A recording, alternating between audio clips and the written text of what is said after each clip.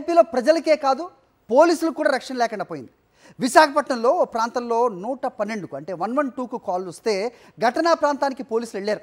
అయితే ఆ ప్రాంతానికి వెళ్ళిన ఓ కానిస్టేబుల్పై యువకుడు దాడికి దిగాడు. బూతులు తిడుతూ అటాక్ చేశాడు. అతన్ని నిలువరించే ప్రయత్నం చేసినా ఆగకుండా దాడికి ప్రయత్నించాడు. ఘటనపై అప్డేట్స్ మా కరెస్పాండెంట్ నరేష్ ఇస్తారు. నరేష్, ఎవరా బాక్సర్ పోలీసుపైకే దూసుకొస్తున్నాడు?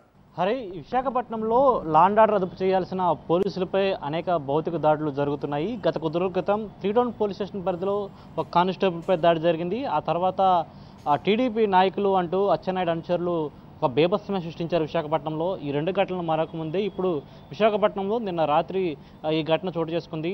అయితే వినయ్ అనే వ్యక్తి తన భార్యను హింసిస్తున్నాడని తన భార్య 112కి కాల్ చేయడంతో ఎంవీపీ పోలీసులు అక్కడికి చేరుకున్నారు. ఎంవీపీ పోలీసులు అందులో నాయుడు అనే కానిస్టేబుల్ని మరొక కానిస్టేబుల్ కూడా అక్కడ సంఘటనా స్థలాన్ని చేరుకోవడం జరిగింది.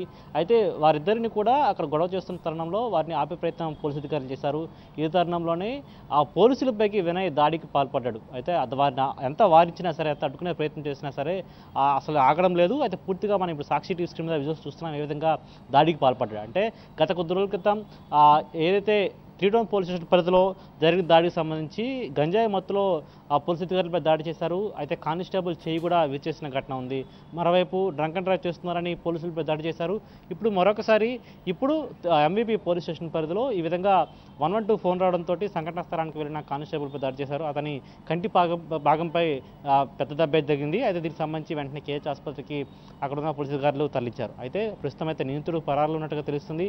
అయితే వరుసగా పోలీసు అధికారులపై దాడి జరుగుతుంటే సాధారణ ప్రజలకు సమాజంలో ఎటువంటి రక్షణ ఉందని, రక్షణకరమైందని కూడా ఇక్కడున్న ప్రజలు వ్యక్తం చేస్తున్న పరిస్థితి కనిపిస్తుంది. పూర్తిగా ఈ ఘటనతోటి వరుసగా పోలీసు అధికారులపై జరిగిన దాడుల నేపథ్యంలో ఈ దాడులతోటి ఒక్కసారిగా విశాఖపట్నం అంతా ఉలికిపడిన సిచ్యువేషన్ అయితే కనిపిస్తుంది. సరే, రైట్ నరేష్.